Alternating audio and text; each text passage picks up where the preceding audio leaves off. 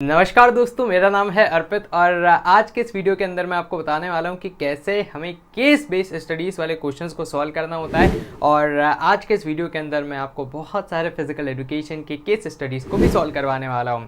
तो आप देखते रहिए इस वीडियो को, और इस वीडियो के अंदर मैं आपको बताने वाला हूँ कुछ बहुत ही इंपॉर्टेंट क्वेश्चन जिनकी एग्जाम में आने की प्रोबेबिलिटी बहुत ही ज़्यादा है।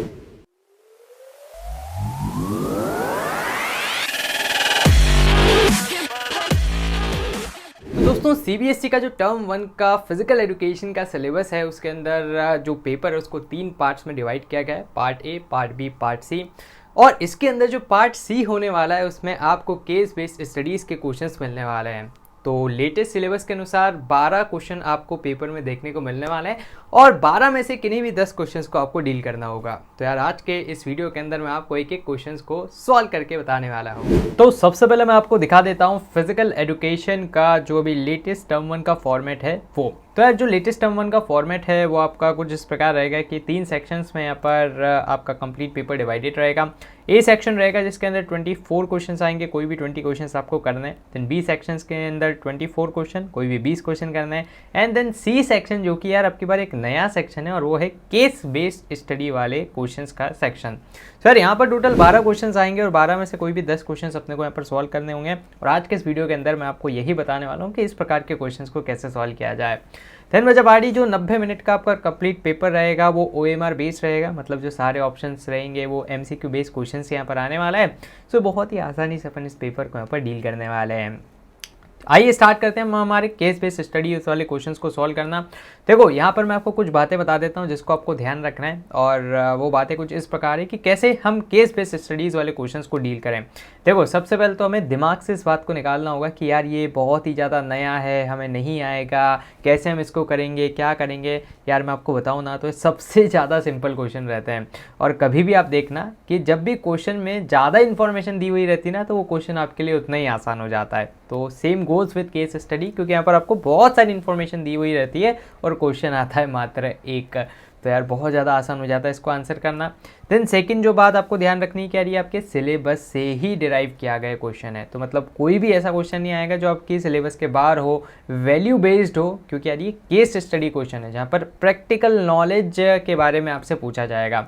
सो इसलिए आपको यार हर एक चीज़ के बारे में इन डेप्थ अगर नॉलेज होगी तो यार तो ये बहुत ही आसान होगा। और बच्चों मैंने आपका जो कंप्लीट फिजिकल एजुकेशन की लेटेस्ट प्लेलिस्ट है टर्म 1 के अनुसार, उसका लिंक आपको डिस्क्रिप्शन में दे रखा है, तो आप वहाँ से उसको प्रिपेयर कर सकते हैं, जहाँ पर हमने डिटेल में एक एक चीज़ों को पढ़ाया है और कुछ ट्रिक वाले वीडियो भी मैंने आपको बता दिए हैं, तो उसके लिंक भी आपको डिस्क्रिप्शन में मिल जाएंगे। सो देखो केस बेस्ड स्टडीज़ को अप्रोच कैसे करना है, पहले अच्छे से क्वेश्चन पढ़ो, देखो कि यार सिलेबस के कौन से पार्ट से उस क्वेश्चन को डिराइव किया गया है, उस पार्ट को थोड़ा सा रिकॉल करो। क्वेश्चन में जो पूछा है यार बहुत ही ज़्यादा एप्लीकेशन बेस्ड रहता है, तो बिल्कुल आपको अपना जो माइंड है वो भी उसी तरह से चलाना होगा, मतलब एनालिटिकल अप्रोच आपको रखनी होगी। आइए कुछ क्वेश्चंस मैं आपको सॉल्व करके भी दिखा देता हूँ कैसे अपने को करना है। देखो फर्स्ट प्रश्न आपको यहाँ पर दे रखा है, BMI डेटा यहाँ पर स्कूल का दे रखा है किसी हेल्थ चेकअप का। अपने को बताना है कि in which category does the major student population fall into. देखो इन क्वेश्चंस को आप भी हमारे साथ साथ सॉल्व कर सकते हो और आप कमेंट्स में अपने आंसर हमें बताइएगा। देखो सबसे पहले हमें यहाँ पर इस चार्ट को एनालाइज करना है और बताना है कि कौन सी जो पॉपुलेशन है, मतलब सबसे ज़्यादा पॉपुलेशन कौन सी कैटेगरी में फॉल इन करती है। तो यार हमें यहाँ पर BMI का कंसेप्ट सबसे पहले क्लियर होना चाहिए कि BMI होता है अपने पास बॉडी मास इंडेक्स। देन उसके बाद BMI की रेंज हमें पता होनी चाहिए कि रेंज क्या है, हालांकि यहाँ पर दे रखी है ये नॉर्मल की रेंज है। देन उसके बाद हमें यहाँ पर पता होना चाहिए अंडरवेट है, देन हमें पता होना चाहिए ओवरवेट है, और ये हो जाता है ओबेस अत्यधिक मोटू। तो यहाँ पर हम यहाँ पर देख पा रहे हैं कि ग्राफ में जो ईट बनी हुई है ये सबसे ज़्यादा है। ईट का हमें पता होना चाहिए कि रेंज कौन सी, ये नॉर्मल वाली रेंज है। तुम्हारा आंसर क्या हो जाएगा, option number C is the right answer of the 49th प्रश्न। बहुत ही आसान सा प्रश्न था, देखो कितनी आसानी से हो गया, बस हमें कंसेप्ट पता होना था BMI का, जो कि हमारे सिलेबस का ही पार्ट है। देन बढ़ते हुए आगे अगला प्रश्न है मिस्टर लक्ष्मण के बारे में, जो कि 65 साल के और वो एक सिविल इंजीनियर की तरह काम करते हैं कंस्ट्रक्शन कंपनी के अंदर। Then he had to walk in climb a lot as a part of his job. बिल्कुल यार सिविल वाली जो जॉब रहती है बहुत ज़्यादा उसमें काम करना होता है। After retirement he settled with his son and spend time with his grand children. Now days he is experiencing difficulty in certain course which involve physical movement. तो देखो आपको सबसे पहले पता रहना चाहिए कि 65 साल का अगर कोई इंसान है तो यूनिट जो आपकी 6 है test and measurement in sports, उसके अनुसार यहाँ पर रिकली एंड जॉन्स टेस्ट उन लोगों के लिए रहता है। So the test shown in the picture is perform to assess which component. तो आपको पता होना चाहिए यार भाई साहब कि ये जो रिकली एंड जॉन्स टेस्ट का कौन सा कंपोनेंट है। So Rikli and Jones test के अंदर अपने पास 8 foot up and go test जो रहता है, जिसके अंदर अपन एजिलिटी को नापते हैं, ये उसी चीज़ को देख रहा है। ठीक है, सो ऑप्शन यहाँ पर सही क्या हो जाएगा, option number is the right answer. Agility मतलब चपलता, कि कितना आपके अंदर डायरेक्शन सेंस है, कितनी तेजी से आप किसी भी काम को कर सकते हैं। सो ऑप्शन नंबर इसका राइट आंसर होगा। तो किस कंसेप्ट से यहाँ पर ये हुआ कि हमें पता होना था कि यूनिट 6 के अंदर क्या है अपने पास, टेस्ट एंड मेजरमेंट, और टेस्ट एंड मेजरमेंट के अंदर रिकली एंड जॉन्स वाले टॉपिक से यहाँ पर आपको क्वेश्चन आया है, जिसके अंदर वो 6 के 6 एलिमेंट्स अगर आपको याद है तो वैसे भी क्वेश्चन आपके लिए बहुत ही लड्डू हो जाएगा। बढ़ते अपन आगे अगले प्रश्न की तरफ। Physical education teacher of ABC school ये स्टूडेंट्स को पढ़ा रहा है न्यूटन के लॉज ऑफ मोशन के बारे में, और while explaining he showed to student this picture, ये जो पिक्चर आपको स्क्रीन पर दिख रही है ये आपको पिक्चर बताई जाती है टीचर के द्वारा, and try to explain how there is difference in the speed of an object due to their wait.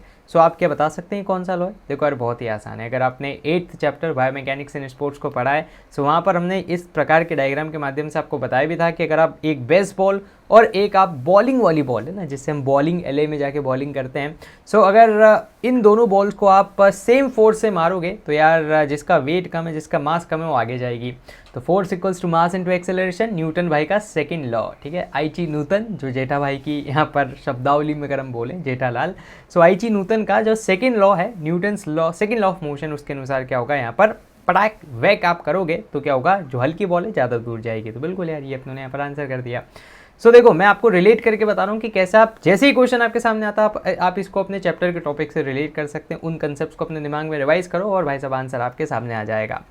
Next प्रश्न है अपने पास, जतिन एक वेट लिफ्टर है 96 kg कैटेगरी में, उसको पार्टिसिपेट करना है कहाँ पर, एक वेट लिफ्टिंग कॉम्पिटिशन में पार्टिसिपेट करना है, नेक्स्ट वीक वो ऑर्गेनाइज होगा, for which he is taking good care of his practice and diet की। तो भाई साहब वो ध्यान रख ही रहा है, it's included all the essential nutrients, सब कुछ उसने अपनी डाइट में इंक्लूड किया है। तो based on the case answer करना है अपने को क्वेश्चन को। सर कौन सा कंपोनेंट बहुत ज़्यादा इंपॉर्टेंट रहेगा जतिन की डाइट के लिए, अपने को इसका आंसर देना है। सो यार देखो जतिन की डाइट के लिए, सिंस वो वेट लिफ्टर है तो उसको इंस्टेंट एनर्जी की ज़रूरत है। जैसे आपने अभी देखा होगा ओलंपिक्स के अंदर मीराबाई चानू ने 52 kg शायद किलोग्राम कैटेगरी के अंदर सिल्वर पदक जीता है। ठीक है, कैटेगरी एक बार चेक कर लेंगे, और इस प्रकार से उन्होंने सिल्वर पदक जीता था, और भारत की मतलब इस ओलंपिक कैंपेन में पहली महिला खिलाड़ी और पहली खिलाड़ी थी जिन्होंने भारत को पदक दिलाया था। तो वहाँ पर आपने देखा होगा कि कैसी इंस्टेंट एनर्जी की रिक्वायरमेंट होती है जब कोई वेट लिफ्टिंग करता है। तो सो बिल्कुल यार यहाँ पर अपने को इंस्टेंट एनर्जी किससे मिलती है, कार्बोहाइड्रेट से मिलती है। सो ये कौन सा है, chapter second sports and nutrition, उस वाले टॉपिक से यहाँ पर क्वेश्चन को डायरेक्ट उठाया गया। So option number B is the right answer over here. बढ़ते अपन आगे अगले प्रश्न की तरफ। रोहन एंड सतीश ने ऑर्गेनाइज किया एक वॉलीबॉल टूर्नामेंट नॉकआउट बेसिस पर, मैंने आपको पढ़ाया था पहली फुर्सत में निकल। ठीक है, सो उस बेसिस पर क्या है वॉलीबॉल टूर्नामेंट इन्होंने करवाया है। They found that the spectators were losing interest in the tournament because good teams were out of the tournament as they were defeated in the beginning. तो शुरू में ही टीम्स हार के निकल ली पहली फुर्सत में। सर यार आपको इस तरह की सिचुएशन को अवॉइड करने के लिए क्या करना है, तो देखो first chapter planning in sports, topic fixer, fixer का सब पार्ट सीडिंग, सीडिंग से प्रश्न आया है। ठीक, सो देखो यार सीडिंग में यही होता है कि हम क्या कर देते हैं, सॉर्टिंग करते हैं टीम्स की। टीम को जब हम सॉर्ट करते हैं तो इस प्रकार से उनको सॉर्ट करते हैं कि यार जो स्ट्रॉन्गर टीम्स है वो अर्लियर टूर्नामेंट्स में, early part of the tournament में कतई ना मिले। तो देखो यहाँ पर यही पूछा जा रहा है कि अर्ली टूर्नामेंट में क्या हुआ, स्ट्रॉन्ग टीम्स भिड़ी, एक टीम हार गई, लोगों का इंटरेस्ट ही खत्म हो गया। तो उसको बचाने के लिए हमें सीडिंग करना होगा। याद रखिएगा बाय तो एक प्रिविलेज है जिसके कारण फर्स्ट राउंड में किसी टीम को खेलना नहीं पड़ता है, लेकिन सीडिंग में खेलना तो पड़ता है, लेकिन कच्ची टीम के सामने। For example India, Australia, Zimbabwe, Ireland, 4 टीमें ए है ना, इंडिया, ऑस्ट्रेलिया, देन उसके बाद जिम्बाब्वे और आयरलैंड, ये 4 टीम्स है। ऊपर वाली ग्रुप ए, नीचे वाला ग्रुप बी। तो यार भाई साहब ग्रुप ए के अंदर इंडिया और ऑस्ट्रेलिया का तो पहले ही राउंड में मैच हो जाएगा, कोई ना कोई पक्की टीम बाहर हो जाएगी। यहाँ पर से जिम्बाब्वे, आयरलैंड में कोई कच्ची टीम आगे जाएगी। तो इसको हटाने के लिए हम क्या करते हैं, सीडिंग करते हैं। ऑस्ट्रेलिया को नीचे पहुँचा देंगे, जिम्बाब्वे को ऊपर पहुँचा देंगे। तो क्या होगा, फर्स्ट राउंड में दोनों का मैच नहीं होगा, इंडिया और ऑस्ट्रेलिया का, आराम से फाइनल में मिलेगी। स्पेक्टेटर्स का भी जो मज़ा है बरकरार रहेगा। तो याद रखिएगा option number B is the right answer over here. अगला प्रश्न है, Sandy is diagnose with postural adaptation of the spine in lateral direction, the curve is identify as convexity right. हमने पढ़ा था इसको, कॉन्वेक्सिटी लेफ्ट या राइट में क्या होता है। So it happen due to Sandy's under develop legs and carrying heavy loads on one side only. ठीक है, एक साइड पर हैवी लोड उठाता है और लेग्स इतने डेवलप नहीं है भाई के। कौन सी पोस्चरल डिफॉर्मिटी है सर? इससे हमें ये तो पता लग रहा है कि सिंस कॉन्वेक्सिटी राइट है और कर्व में, कर्व कहाँ रहता है? स्पाइन का रहता है, सो स्पाइनल डिफॉर्मिटी होनी चाहिए। और भाई साहब यहीं से आंसर आ गया। देखो ऑप्शन देखो, ये स्पाइनल डिफॉर्मिटी नहीं है, ये लेग की है, ये भी लेग की है, तो आंसर क्या हो जाएगा? स्कॉलियोसिस। सिर्फ अगर आपको ये भी पता है ना कि स्पाइनल डिफॉर्मिटी का ही ये क्वेश्चन है तो भी आपका काम हो जाएगा। और बिल्कुल ये भी यार आपके सिलेबस से एक प्रश्न आपसे पूछा जा रहा है। सो इसका सही आंसर क्या है? Option number is the right answer, scoliosis, जो कि एक postural deformity, convexity left right हो जाती है इसके अंदर, और एक सांप जैसा आपका स्पाइन का शेप बन जाता है। ये अपने को याद रखना है। नेक्स्ट प्रश्न आपकी स्क्रीन पर मोटर डेवलपमेंट से क्वेश्चन आया है यहाँ पर। Motor development only happens when child is biologically mentally ready for it. Motor development refer करता है डेवलपमेंट ऑफ मूवमेंट्स, बिल्कुल इसकी डेफिनेशन दे रखी है। Ability to move around, manipulate, ये सब अपने को करना है। ठीक है, by the age of 2 years the development has begin and the final stage does not have any marked new development, rather it is characterized by the mastering and development of skills. Which factor affects motor development? भाई साहब time pass question था ना, passage तो बिल्कुल time pass दे रखा था, वो तो सिर्फ आपको मोटर डेवलपमेंट की जानकारी देता है। अगर आपको पता है कि मोटर डेवलपमेंट क्या होता है, 2 तरह का होता है, फाइन एंड ग्रॉस। यहाँ पर सिर्फ और सिर्फ पूछा है कौन कौन से फैक्टर अफेक्ट करते हैं। अगर आपने हमारा वीडियो देखा होगा, मैंने आपको 17 तरह के फैक्टर्स बताए, तो सारे के सारे फैक्टर्स यहाँ पर मेंशन है। Biological, environmental, nutrition, opportunity, obesity, postal deformity, physical activity, technique, style and skill से कुछ फर्क नहीं पड़ता, ये अपने को याद रखना है लेकिन। ठीक है, so option A and B मतलब दोनों ही सही है, सो ऑप्शन सी इसका राइट आंसर हो जाएगा। देन बढ़ते हैं अपन आगे और नेक्स्ट अपने पास प्रश्न है हार्वर्ड स्टेप टेस्ट से। इसको अपन एरोबिक फिटनेस टेस्ट भी कहते हैं। बोरा और इनसे अपने इसको डेवलप किया था और यहाँ पर आपको ये पूरा यहाँ पर हार्वर्ड टेस्ट के बारे में बताया गया है। अगर आपको यहाँ पर पता है कि टेस्ट एंड मेजरमेंट के अंदर कार्डियोवास्कुलर फिटनेस टेस्ट के अंदर हार्वर्ड और रॉकफोर्ड 2 आते हैं। हार्वर्ड का अगर आपको पूरा पता है कि 2 तरह के फॉर्मूले होते हैं, short term index, long term index, तो आप इस आंसर को कर दोगे। यहाँ से आपसे पूछा है कि लॉन्ग टर्म फिटनेस इंडेक्स के अंदर कितनी रीडिंग लेनी पड़ती है, तो मैंने आपको बताया था बच्चों 3 रीडिंग आपको लेनी पड़ती है, पल्स 1, पल्स 2, पल्स 3, 1-1 मिनट के अंतराल में। पहला 1 मिनट के गैप पे, फिर 2 मिनट के, फिर 3 मिनट के गैप पर अपने को क्या करना है, यहाँ पर 3 पल्स को मेजर करना है। पल्स मतलब हार्ट बीट को। तो ऑप्शन क्या जाएगा? Option number B is the right answer. तो बिल्कुल यार एप्लीकेशन बेस्ड क्वेश्चन है। अगर आपने कभी परफॉर्म करने की कोशिश करी होगी तभी आपको पता होगा, वरना अगर ऊपर ऊपर से पढ़ा होगा तो ये बिल्कुल नहीं आपको पता होगा। बढ़ते हैं फिर हम आ गए और बच्चों आपको बता देते हैं एक बहुत ही कमाल धमाल धांसू चीज़ के बारे में। अभी टर्म 1 अपने बहुत जल्दी आने वाले हैं नवंबर में, और टर्म 1 के हिसाब से यार अनअकैडमी आपके लिए लाया है एक मॉक टेस्ट सीरीज़, जिसके अंदर बिल्कुल MCQ पैटर्न में आपको टेस्ट लिए जाएंगे। 90 मिनट का जैसा आपका एक्चुअल पेपर होगा उसी प्रकार से यहाँ पर पेपर होने वाला है। और यहाँ पर खास बात ये रहेगी कि यार भारत के कोने कोनों से यहाँ पर पार्टिसिपेशन आपको देखने को मिलेगा। तो आपको एक ऑल इंडिया रैंक देखने को मिलेगी और आपको पता लग जाएगा कि यार आपकी स्टैंडिंग कहाँ पे है। जैसे स्कूल में जो टेस्ट होता है क्लास के 30 या 50-60 बच्चों में आपको अपनी रैंक पता लगती है, लेकिन यहाँ पर आपको हजारों लाखों बच्चों के बीच में अपनी रैंक पता लगेगी। आपको अपनी प्रिपरेशन का जायज़ा होगा कि किस प्रकार से आपने अपनी तैयारी को अभी तक किया है। तो बच्चों यहाँ ज़रूर से आप इस अनअकैडमी के इमर्ज को ज्वाइन कीजिएगा, एंड बिल्कुल फ्री आपके लिए है। और यहाँ पर से आपको परफॉर्मेंस रिपोर्ट, टॉप एडुकेटर के द्वारा वीडियो सोल्यूशन से सब मिल जाएंगे। सो 18 एंड 19 सितंबर को वाला टेस्ट रहने वाला है। क्लास 10th एंड 12 दोनों ही कैटेगरी में रहेगा। आप अपने सब्जेक्ट्स को पिक कर लीजिएगा, जैसे मैथ्स अगर आपका सब्जेक्ट है, और आप सारे टेस्ट को भी दे सकते हो, जरूरी नहीं है कि सिर्फ एक ही दो, आप सभी को दे सकते हो। बढ़ते हम आगे, नेक्स्ट प्रश्न आपकी स्क्रीन पर है। Rishi who was studying in class 12th science stream का बच्चा है और फिजिकल एजुकेशन की क्लास में कंफ्यूज हो गया न्यूटन के लॉ में, आइची न्यूटन के लॉ में, भाई सब कंफ्यूज हो गया। They are useful for sports and how they can be applied in sports. But उसके टीचर ने उसको एक्सप्लेन किया कि ये जो लॉ हैं ये हेल्प करते हैं of the examples of sports and prove to be very helpful for him, कि ये बहुत ज़्यादा हेल्प भी आपकी करते हैं कि स्पोर्ट्समैन की, और बहुत ज़्यादा हेल्पफुल साबित होते हैं। सो आपको बताना है कि स्विमिंग बेस्ट एग्जाम्पल है कौन से लॉ ऑफ मोशन का। तो यार अगर आपने पढ़ा होगा 10वीं क्लास में भी अच्छे से तो भी पता होगा, और अभी chapter 8 bio mechanics and sports उसका जो टॉपिक है आइची न्यूटन के लॉस वो पढ़े होंगे तो भी आपका काम बन जाएगा। सर देखो स्विमिंग जो बेस्ट एग्जाम्पल होता है वो रहता है अपने पास लॉ ऑफ रिएक्शन। तो 57 का सही आंसर रहेगा ऑप्शन नंबर सी कि लॉ ऑफ रिएक्शन का बेस्ट एग्जाम्पल क्या है, स्विमिंग। आप पानी को डिस्प्लेस करते हो, पानी आपको आगे फेंक देता है। नेक्स्ट आपके पास क्वेश्चन है कि पॉस्चर एक वेरी सिग्निफिकेंट रोल प्ले करता है डेली एक्टिविटीज़ में। करेक्ट पॉस्चर का मतलब होता है बैलेंस करना बॉडी को अप्रोप्रिएट मैनर में। सो आपको बताया गया है कि यार ये जो अबो पिक्चर्स हैं इसके अंदर seen on the left most is cause due to, ठीक है, लेफ्ट वाली, सबसे लेफ्ट वाली जो यहाँ पर समस्या है वो कौन सी डेफिशिएंसी के कारण होती है। सो देखो यार, हड्डी की समस्या है, और सिंस ये हड्डी की समस्या है इसका मतलब क्या हो गया, हड्डी की समस्या मतलब यहाँ पर कैल्शियम और विटामिन डी की कमी है। सो ऑप्शन नंबर डी इसका सबसे सही आंसर हो जाएगा, है ना। इसको अपन क्या बोलते हैं, बॉल एग्स बोलते हैं, इसको बोलते हैं नॉक नीज, और ये तो अपना नॉर्मल फुट है।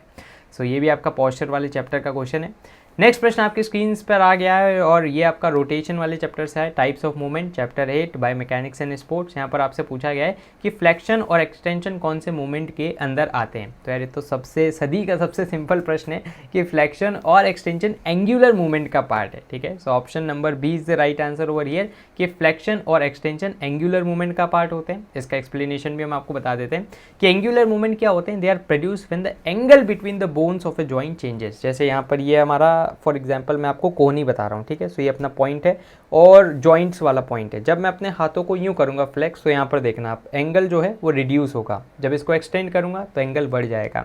सो अपने पास क्वेश्चन क्या था, फ्लेक्शन एक्सटेंशन। तो फ्लेक्शन मतलब हाथ को पास लाना, एक्सटेंशन मतलब हाथ को फैला देना, दूर ले जाना। सो ऑप्शन नंबर क्या हो जाएगा, बी राइट आंसर है। वहीं पर आपने सरकमडक्शन के बारे में भी सुना होगा, इसके बारे में मैं आपको बता देता हूँ। So flexion, extension, hypertension, abduction, adduction, ये सब सरकमडक्शन भी होते हैं। सरकमडक्शन का मतलब क्या होता है, सरकमडक्शन का मतलब होता है कि जहाँ पर सभी का कॉम्बिनेशन हो, ठीक है। फ्लेक्शन एक्सटेंशन अगर कंबाइन हो जाए तो फिर सरकमडक्शन है, अगर कंबाइन नहीं हो तो एंगुलर मूवमेंट्स है। तो option B is the right answer over here.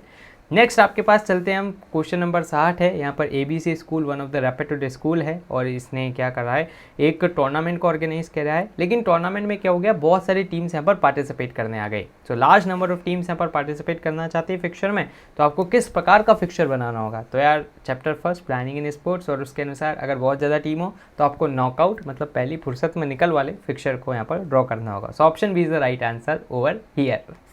तो दोस्तों फिलहाल के लिए इस वीडियो में इतना ही। मुझे उम्मीद है कि आपको ये वीडियो पसंद आया होगा। अगर आपके कोई भी डाउट्स हों, सवाल हो या सुझाव हो तो उसको आप कमेंट बॉक्स में लिख दीजिएगा। दोस्तों मैंने आपके लिए कमेंट बॉक्स के अंदर एक इंपॉर्टेंट क्वेश्चन को पिन अप कर रखा है, आपको उसका आंसर #NS लिखकर अगली लाइन से स्टार्ट करना है। दोस्तों आप हमारे चैनल को भी सब्सक्राइब कर लीजिएगा, क्योंकि इससे हमें और भी ज़्यादा मोटिवेशन मिलता है आपके लिए वीडियोज़ बनाने के लिए।